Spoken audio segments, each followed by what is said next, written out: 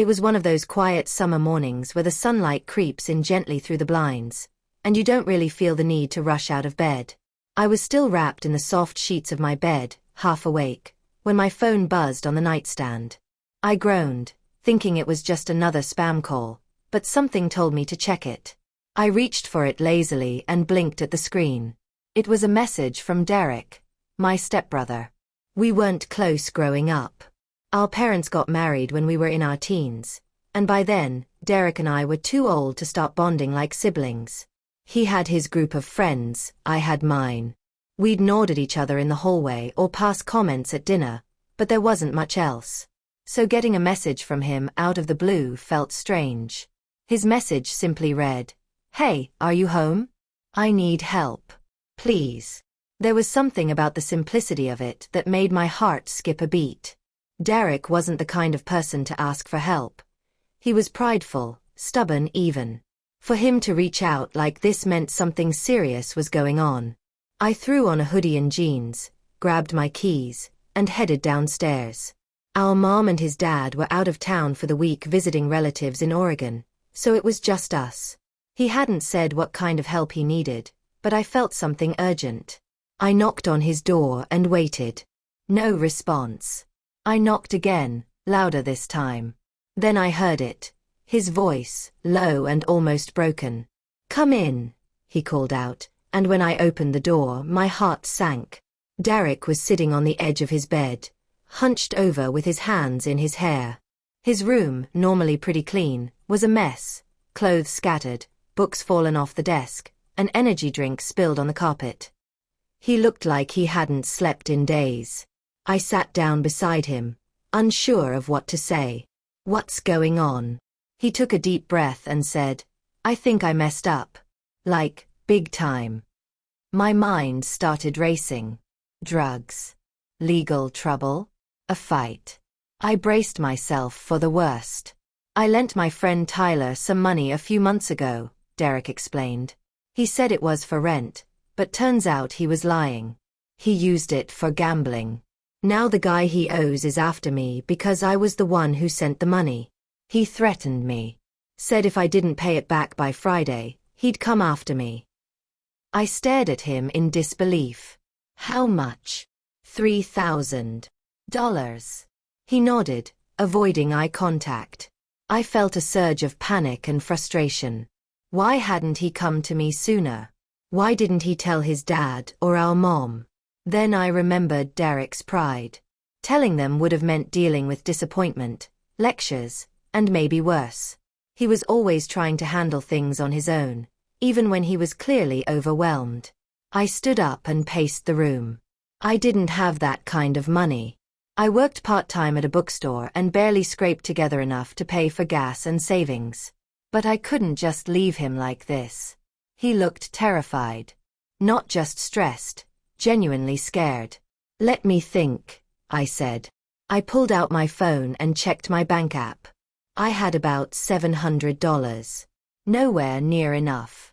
I called my best friend, Jessica, and asked if we could meet up. I didn't tell her why, just said it was important.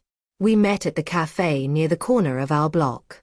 Jessica had always been the kind of friend you could count on for anything, even the wildest ideas. When I told her everything, she leaned back and blinked hard. "That's messed up," she said. "But I'll lend you $500. That's all I got." I hugged her tightly. "Thank you." Seriously. Still, even combined, we were way short. That's when an idea crossed my mind, one that I never thought I'd consider. There was this online auction site where people could offer freelance services, writing, tutoring, graphic design, and so on. But there were also private gigs, invitation-only things, often posted by wealthy people looking for personal assistance or help with odd jobs. A friend of mine once made $1,000 helping a guy organize his garage over 2 weekends. I logged in and scrolled through, looking for anything fast-paying and safe. After a few hours of digging, I found a job from a woman named Madison Grant. She was a wealthy art collector who needed someone to help catalog and photograph her pieces for an estate inventory. The catch. It was 3 days of work, 6 hours each day, starting tomorrow, but the pay was $1,800. I messaged her immediately, explained my interest, and waited. The next morning, I got a reply. I like your message. If you're punctual and trustworthy, I'll hire you. Come by at 10 a.m. I accepted. I worked all 3 days, non-stop. Madison was strict, but kind. Her collection was massive: sculptures, paintings, antique furniture. I took pictures, labeled items, entered details into her system. By the third night, I was so exhausted I could barely keep my eyes open, but I got paid, every penny she promised. Back at home, Derek was waiting anxiously. I handed him the envelope, and his eyes widened. He didn't say anything at first, just stared at me. "You didn't have to do this," he whispered. "Yeah," I said, sitting beside him. "But I did." He paid the guy the next day. I didn't ask how it went, but when he came back, he looked lighter, relieved. After that week, something changed between us. It was subtle at first. He started asking how my day went. He made extra breakfast and left some for me. He even helped me with my car when it broke down. Slowly, the walls between us began to fall. For the first time, we actually started talking. Not just about school or chores, but about life, dreams, fears.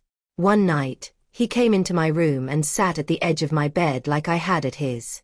"You saved me," he said. "And not just from the money thing. You reminded me that I'm not alone." I smiled at him. "I guess we're more than just step-siblings now." He laughed. "Yeah, we're family." It might not sound like much to anyone else, but for two people who barely spoke to each other a year ago, it meant everything.